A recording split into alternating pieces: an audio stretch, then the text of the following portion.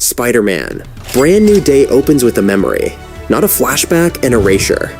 The camera drifts through Doctor Strange's final spell from No Way Home, the one that makes every person on Earth forget Peter Parker ever existed. We hear Strange's warning again, everyone will forget you. And we hear Peter's answer again, do it anyway. What does a life built on being forgotten actually look like?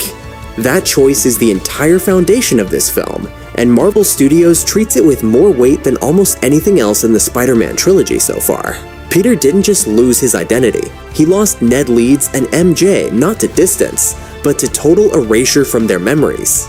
And critically, he never went back to fix it. In the version of the ending he wrote for himself in No Way Home, he was supposed to find them, explain everything, and let them choose whether to remember him. He never did.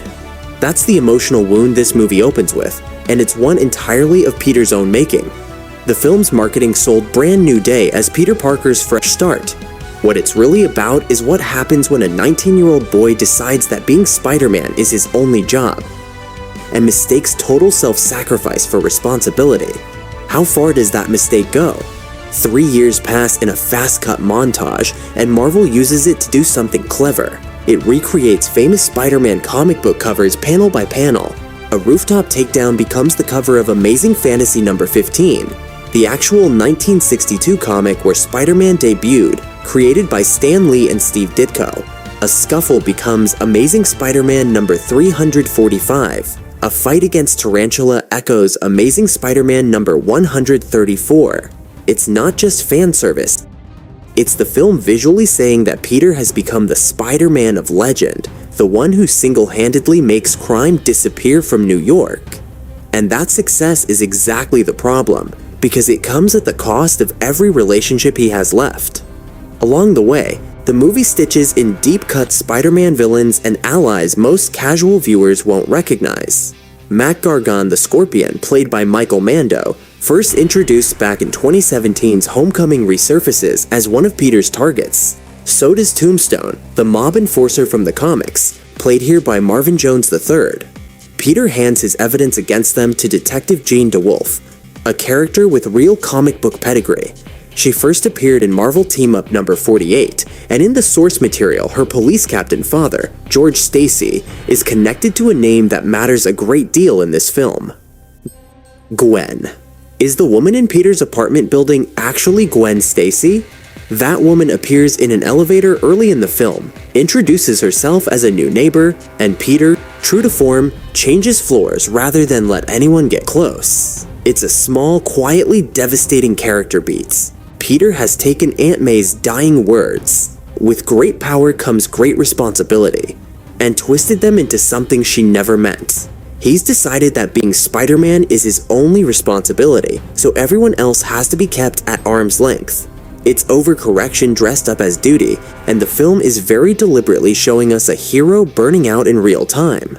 What does that burnout actually cost him physically? Small details pile up. Peter builds his own web fluid fabricator now, cruder than the Stark-built version Happy gave him in Far From Home. But his own work proof he's grown into an engineer as much as a fighter. His wrists start to ache where his web shooters mount. Headaches follow. It's the first hint of something the movie is quietly building toward. Peter's biology beginning to change, evolving past where a normal human body should be able to go. New York, meanwhile, has no idea any of this is happening. The city hands Spider-Man the key to the city in honor, presented by the new mayor, Sheila Rivera, previously seen as chief of staff to disgraced former mayor Wilson Fisk, aka Kingpin. Crime is down. The headlines love him. Nobody sees the toll it's taking. That toll becomes literal when the story shifts into its actual plot engine, a string of break-ins at damage control facilities by an assailant nobody can see. What is actually attacking damage control? Whoever it is doesn't fight, they possess. They jump from body to body, mind to mind, working their way toward a target labeled only as VMAX. Spider-Man runs into the entity mid-heist, and for the first time in the film, something can't be punched into submission. Marvel plays this section like a psychological thriller. Quick mind jumps between hostages, a damage control convoy hijacked from the inside, and a brief but unsettling moment where the possessed body of a guard shows Peter something intimate, a memory of Aunt May, comforting a much younger Peter after he first put on the suit. It's a strange, invasive violation, and the film uses it to raise a bigger question the transcript itself keeps circling. What exactly is this thing? There's a reasonable amount we can say with confidence here, and a reasonable amount we still have to leave open. Sadie Sink's role in this film was one of the most heavily guarded secrets in recent Marvel marketing, kept hidden through the entire press tour. What we can say for certain, based on how the character behaves in this sequence, is that we're dealing with a telepathic mutant with the power to jump between minds and hold crowds of people frozen at once, powers connected to a mystery even Peter can't immediately explain. We'll pick this thread back up, along with what VMAX really means, later in this breakdown. The film pulls in one more piece of MCU continuity here that's easy to miss. Peter and the vigilante Frank Castle, the Punisher, have apparently already crossed paths before this movie even begins. It's a blink and you'll miss it line, but it lines up with the comics. Frank Castle first appeared as a Spider-Man antagonist in Amazing Spider-Man number 129, and in Amazing Spider-Man Annual number 15, Spider-Man actually saves Castle's life from a poison attack. The film seems to be building on that same dynamic, two very different definitions of justice, forced to work the same case. And it plants a piece of foreshadowing that pays off later. Castle, frustrated and trigger-happy around a hijacked armored vehicle, warns Spider-Man that if it comes down to it, he won't hesitate to kill, even a kid. That line comes back to matter before this story is over. Peter's search for answers takes him to Yelena Belova Florence Pugh's character, now operating with a rebuilt Avengers roster who dismisses the damage control break-ins as beneath her team's attention. Small potatoes, compared to whatever's coming in the larger Marvel slate. It's a pointed piece of scale setting, positioning this entire Spider-Man story as personal and street level, even while the wider MCU gears up for cosmic scale stakes. But Yelena isn't dismissive of everything Peter tells her. When he describes the possession, she compares it to something closer to demonic influence than any technology she's dealt with, and reveals that this is the fourth attack on a damage control facility, all chasing the same target, VMAX. That thread leads Peter straight to Damage Control's director, Bill Metzger, played by Trammell Tillman. And this is where the film starts sowing real unease, because Metzger's philosophy is simple and, on its face, appealing. Villain technology doesn't have to stay evil. Recovered weapons like the Vulture-era tech originally built by Homecoming's arms dealer, the Tinkerer, can be repurposed for good.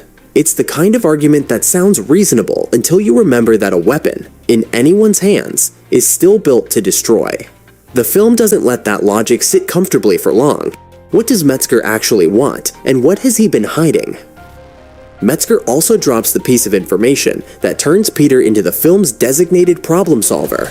Security footage shows the mystery intruder couldn't take control of Spider-Man's mind the way it took everyone else's. Something about Peter's biology later confirmed by a damage control scan to include exogenous arachnid-based DNA. The genetic fingerprint of the spider that bit him back in Homecoming makes him resistant. He's now the only person who can stop this thing. And this is precisely the kind of authority and secrecy setup the MCU has used before to hide a villain in plain sight.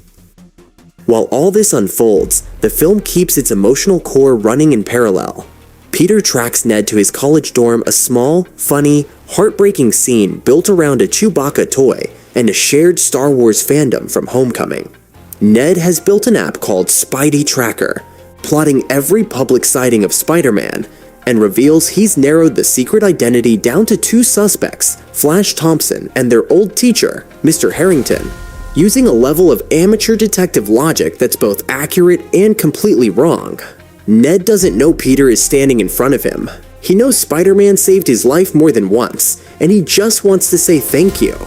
Peter finally reaches MJ. That reunion happens at a party, where Peter, introducing himself under a fake name, gives MJ flowers and learns she just turned down a lucrative job offer from a company she calls some soulless, blood-sucking corporation. It's meant as a punchline. It might not be one. MJ mentions she majored in aerospace engineering with a minor in biochemical engineering at MIT.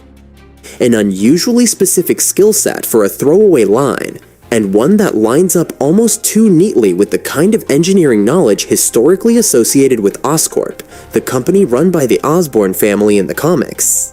Then MJ's new boyfriend arrives at a character the film's own credits list only as the boyfriend, his real identity deliberately withheld. MJ later describes him as controlling, someone who withholds information from her, the kind of dynamic that, in the comics, has one very famous shorthand. Watching MJ kiss a stranger she can't remember choosing him over is what finally breaks something in Peter. It's the emotional trigger for the transformation the rest of this story is built around. This is the moment 3 years of isolation catches up with him. That's where part 1 of this breakdown ends, with Peter Parker standing at the edge of a change he didn't ask for and can't yet control.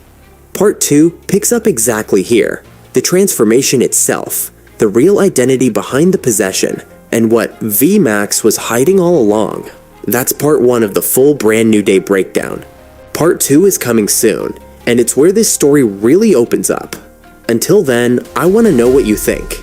Who do you think MJ's boyfriend really is? Say it in the comments. If this helped the story click for you, smash that like button and subscribe for daily MCU videos. I'll see you in part 2.